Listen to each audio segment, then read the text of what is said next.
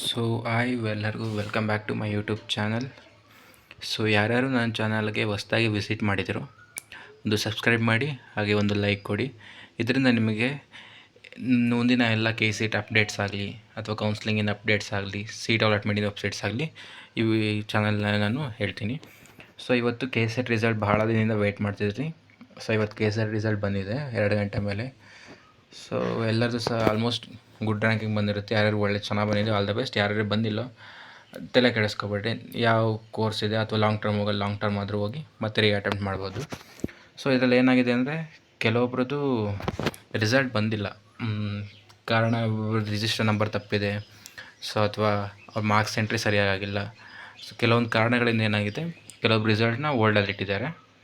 So ಅದ್ರ ಬಗ್ಗೆ ಒಂದು ವೆಬ್ಸೈಟಲ್ಲಿ ಒಂದು ಲಿಂಕ್ ಬಿಟ್ಟಿದ್ದಾರೆ. ನೀವೇನಿಲ್ಲ ವೆಬ್ಸೈಟ್ KU ವೆಬ್ಸೈಟ್ಗೆ ಹೋಗಿ ನೀವು ಡೌನ್ ಸೈಡ್ ಸ್ಕ್ರಾಲ್ ಮಾಡಿದರೆ ನಿಮಗೆ ಇಲ್ಲಿ ಇತ್ತೀಚಿನ ಪ್ರಕಟಣೆಗಳು ಅಂತ ಸಿಗುತ್ತೆ.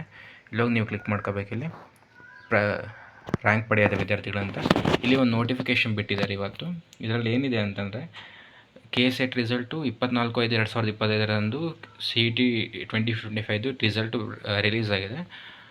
ಬಟ್ ಕೆಲವೊಬ್ಬರು ಹಿಂದಿನ ವರ್ಷದ ಅಂದರೆ last year PU second PU ಬರೆದಂಥ ಕೆಲವೊಂದು ವಿದ್ಯಾರ್ಥಿಗಳದ್ದು ಏನಾಗೈತೆ, ಮಾರ್ಕ್ಸು ಸಿಕ್ಕಿಲ್ಲ. ಅದರಿಂದ ಏನು ರಿಜಿಸ್ಟರ್ ನಂಬರ್ ಸರಿಯಾಗಿ ಹಾಕಿಲ್ಲ ಅಥವಾ ಮಾರ್ಕ್ಸ್ ಎಂಟ್ರಿ ಸರಿಯಾಗಿ ಮಾಡಿಲ್ಲ ಅನ್ನೋದು ಏನಾಗೈತೆ, ರಿಸಲ್ಟ್ ವಿತ್ಹೋಲ್ಡ್ ಇದೆ. ಸೊ ಇಲ್ಲಿ ಏನು ಮಾಡ್ಬೇಕಂತ ಹೇಳಿದ್ದಾರೆ ಅಂತಂದರೆ, ಅವರಿಗೆ 26ನೇ ತಾರೀಕು ಇದೆಯಲ್ಲ, 26/5/2025 KSET ವೆಬ್ಸೈಟಲ್ಲಿ ಆನ್ಲೈನ್ ಲಿಂಕ್ ಅಂತ ಬಿಡ್ತಾರೆ. ಸೊ ಆ ಲಿಂಕಲ್ಲಿ ಅವ್ರು ಏನು ಮಾಡ್ಬೇಕಂತಂದರೆ, ಅವರು ಸೆಕೆಂಡ್ PU ಮಾರ್ಕ್ಸ್ ಕಾರ್ಡು ಅಥವಾ ಮಾರ್ಕ್ಸ್ ಕಾರ್ಡು ಜೊತೆಗೆ ಅದು ಅಂಕಗಳನ್ನ ನೋಂದಾಯಿಸ್ಬೇಕಂತ ಹೇಳಿದ್ದಾರೆ. ಅಂಕಗಳ ಮತ್ತು ನೋಂದಣಿ ಸಂಖ್ಯೆ, ಅವ್ರದ್ದು ರಿಜಿಸ್ಟರ್ ನಂಬರ್ ಐತಲ್ಲ ಅದನ್ನು ಸಹ ಹಾಕಬೇಕಾಗುತ್ತೆ ಅವರು.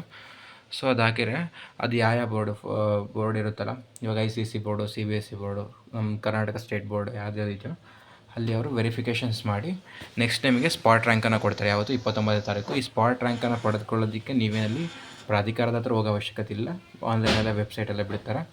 ಸೊ ಇಲ್ಲಿ ಮುಂಚೆ ಏನು ಹೇಳಿದ್ರು ಅಂತಂದರೆ, ಸ್ಟಾರ್ಟಿಂಗು CBSE ICSE ಅವ್ರಿಗೆ ಅವರೇ ಮಾರ್ಕ್ಸ್ ಎಂಟ್ರಿ ಮಾಡ್ಬೇಕಂತ ಹೇಳಿದ್ರು. ಬಟ್ ಲೇಟರ್ ಏನು ಹೇಳಿದ್ರು ಅಂದರೆ, ಅವರೇ ಬೋರ್ಡಿಂದ ಮಾರ್ಕ್ಸ್ನ ಕಲೆಕ್ಟ್ ಮಾಡ್ಕೊತೀವಿ, ಬೇರೆ ಏನು ಮಾರ್ಕ್ಸು ಅಪ್ಡೇಟ್ ಮಾಡೋದು ಬೇಕಿಲ್ಲ. ನಮ್ಮ ಕರ್ನಾಟಕದಲ್ಲಿ ಯಾರು ಓದಿದಾರೋ CBSE board, ICSE board, state board ಅದು ಮಾರ್ಕ್ಸ್ ಏನಿದೆ ಅದು ನಾವೇ ಕಲೆಕ್ಟ್ ಮಾಡ್ಕೊತೀವಿ. ಅವ್ರು ರಿಜಿಸ್ಟರ್ ನಂಬರ್ ಒಂದು ಕರೆಕ್ಟ್ ಹಾಕಿದ್ರೆ ಸಾಕು ಅಂತ ಹೇಳಿದರು.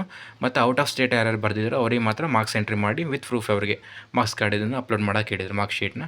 ಬಟ್ ಲಾಸ್ಟ್ ಇಯರ್ ಬರ್ದಿರೋದು ಕೆಲವೊಬ್ರದ್ದು ಈ ಥರ ಆಗಿದೆ.